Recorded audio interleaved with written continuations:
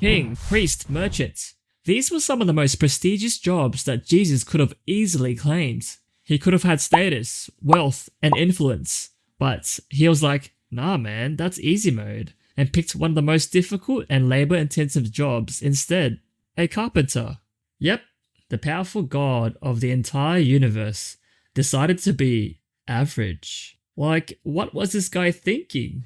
He could have been anything he wanted, yet he chose carpentry. Today, I'll be going through the possible reasons as to why God himself chose to be a typical laborer, because if you know anything about God, you'd know that he's a God of intention, and the intention of choosing an ordinary job is exactly what we'll be exploring. A carpenter is someone who builds, installs, and repairs structures, mostly made from wood. For example, building frameworks for houses, installing windows, making furniture, and repairing wooden things. Which brings me to my point, that God, being the creator of the universe, architect, designer, and builder, a jack of all trades in world building, intentionally chose to become the very thing that aligns with his identity, a builder.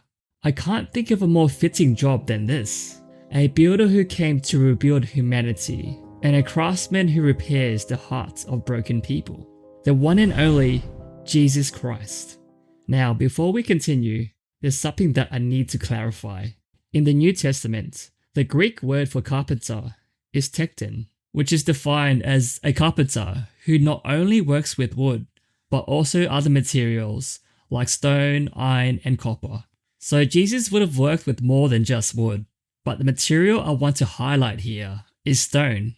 The reason being is that Israel's land is mostly rocky desert, covering around 60 to 70% of the country, while only about 7 to 8% is covered by trees or forests. With stone being so abundant, most buildings were made from it, which is the material Jesus would have likely worked with the most. And it's very fitting that he worked on this hard material, because throughout the Bible, he worked on people that had hearts of stone, stubborn, cold, and unmoving, the kind of material that is resistant to change. And the fact is, you can't persuade stone. So then, what does he do? He shapes it through pressure and persistence, smoothing rough edges, cutting carefully, and removing what doesn't belong. Truly, a master craftsman. Other than stone, he would have likely worked with wood to make beams, doors, or furniture for everyday living. But man, could you imagine having a piece of furniture made by the hands of Jesus? Like, there'd be no amount of money or items in this world I'd trade for it. Anything crafted by his divine hands would be pure perfection. And that includes you. But then there's the irony. The very man, Jesus Christ, who worked with wood and beams, was executed on one.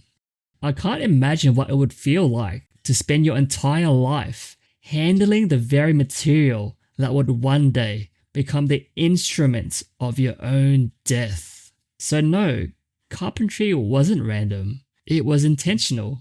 The hands that shaped stone were pierced by it. The hands that lifted beams were stretched across it. The Creator, broken by his own creation, allowed it all just to restore and rebuild the most broken thing in this world.